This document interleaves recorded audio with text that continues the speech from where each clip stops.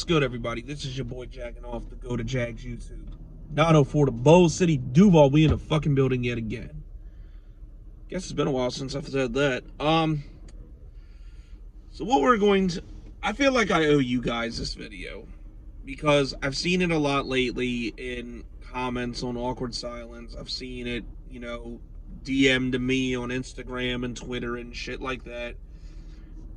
A lot of people tell, when are you going to start making Jags content again? When are you going to start making Jags content again? So you wanted some Jags content, here's what I'm going to give you.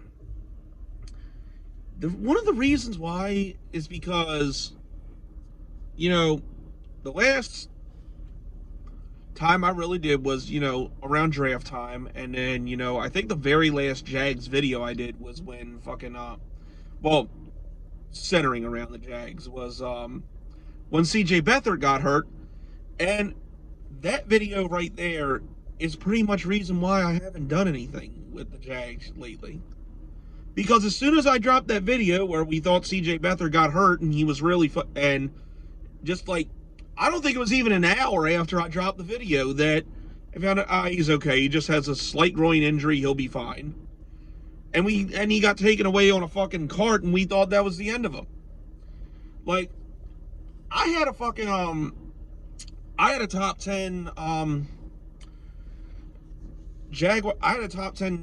list of Jaguar players that may not be here after the season. Like, I had a top 10 list for that.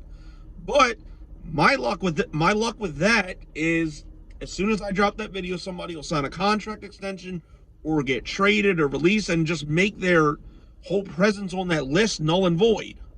So that's why I haven't done that. I'm going to hold off until the season starts. It's like, the reason I haven't done a lot of Jags content is because between the draft and when the preseason starts, there really isn't much to fucking talk about. Even NFL-wise, the only thing really dominating the news was, the whole Deshaun Watson situation. So, it's like, and you gotta understand, I work a lot, and I'm 700 miles away from Jacksonville. Like, I can't be up on this shit all the time. Like, I can't be like some people can be, like, where, like local media, when they tell you, what Trevor Lawrence ate for breakfast. When's the last time Doug Peterson had ice cream? What flavor does he like? When's the last time Josh Allen took a shit? I can't give you that, and not that you really give a fuck anyway. So, if it's something stupid like that that's insignificant, and I don't know enough to tell you, then why am I going to waste my time making a video on it? It's like, during the off season, I've said this since I've started. At least once a week, I want to give you something, whether that's Awkward Silence, a playthrough, Jags news if there's any, cooking with Jagging Off, whatever, just to at least give you something, especially around this time when the off season's when it's basically dead. So, what I give you once a week, that's pretty much all I can do right now until football season starts.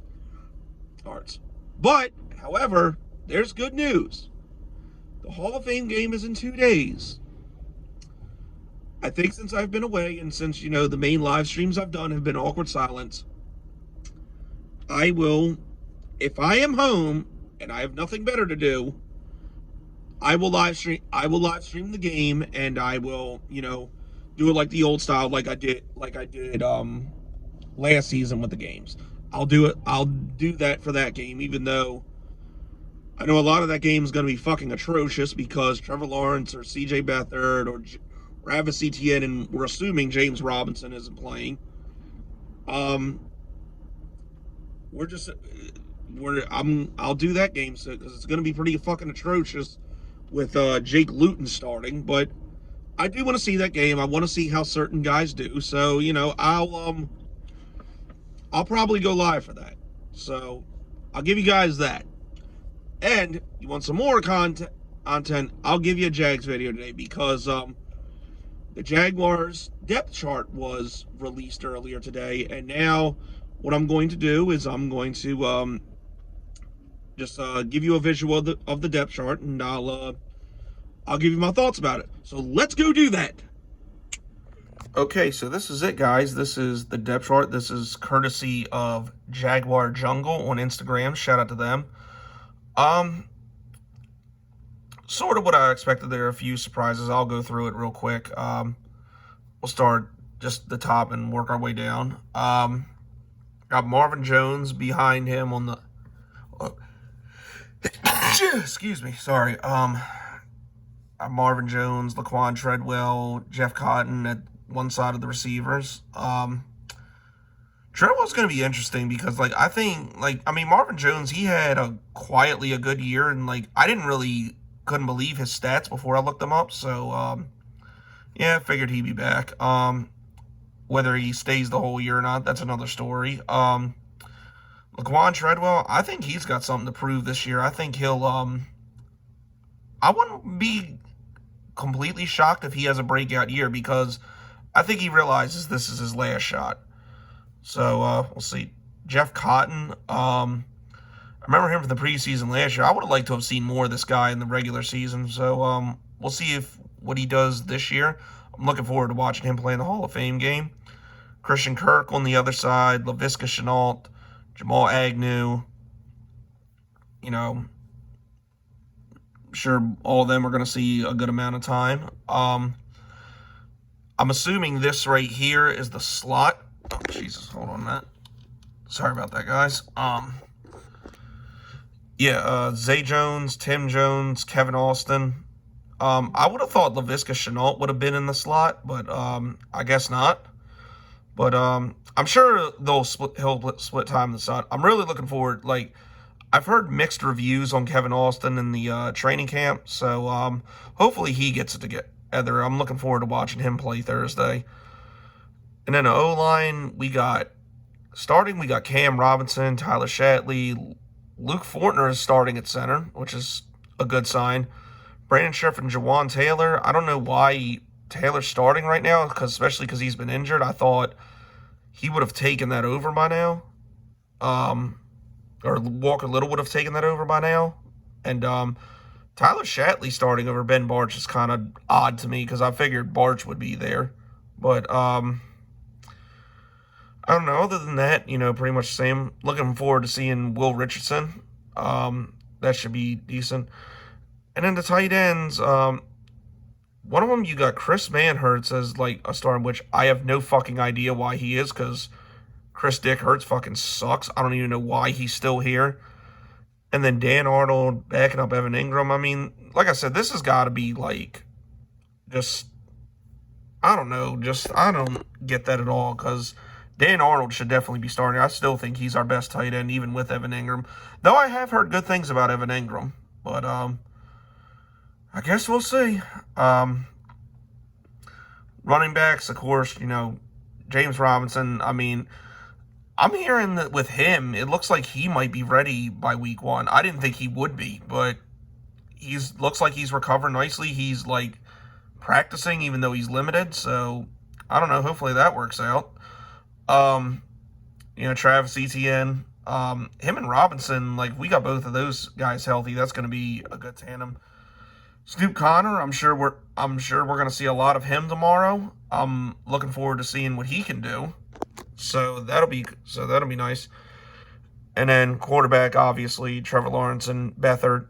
Both of them aren't playing because, there's no sense of getting Trevor Lawrence hurt in this game. And then Beathard, of course, is still recovering from his groin injury. And I guess they're not going to risk him. So we're going to see Jake Luton and Kyle Sloter right there. The battle for the elusive third-string quarterback. Yay.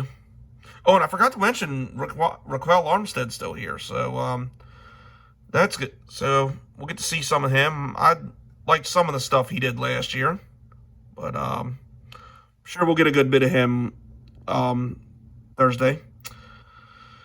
Then the defense, Von Hamilton and Malcolm Brown at defensive tackle, they're going to swap in and out, I'm sure. Roy Robertson, Harrison, DeWayne Smoot, they're going to swap in and out, I'm sure. Same with Folidowski, whatever the fuck his name is, the guy we got from the Jets. I'm sure he'll swap out a lot. Arden Key, I thought he would have been on the outside, but I guess they're going to line him up on the line. So I don't know. We'll see. So I don't know. We'll see how much he figures into this, but that'll be interesting. Of course, outside linebacker Josh Allen and Trayvon Walker. I mean, there's really no debate there. Josh Allen's a superstar, and then Trayvon Walker, he was the #1 overall pick, and what you call it, Caleb on Chase on is a fucking disgrace. So that's not surprising. Inside linebackers, no surprise there. Foley Lacon, Devin Lloyd, I'm sorry. And backing them up is Shaq Quarterman and Chad Muma. And I'm sure they're going to find ways to get both of those guys involved because Shaq Quarterman's been impressive when he has been on the field and, spent a 3rd-round pick on Chad Muma. So I think they got plans for him. Cornerbacks, this was a little surprising. Darius Williams and Tyson Campbell are the cornerbacks. And then they have Shaq Griffin in the slot. I think that's the slot. I'm not sure.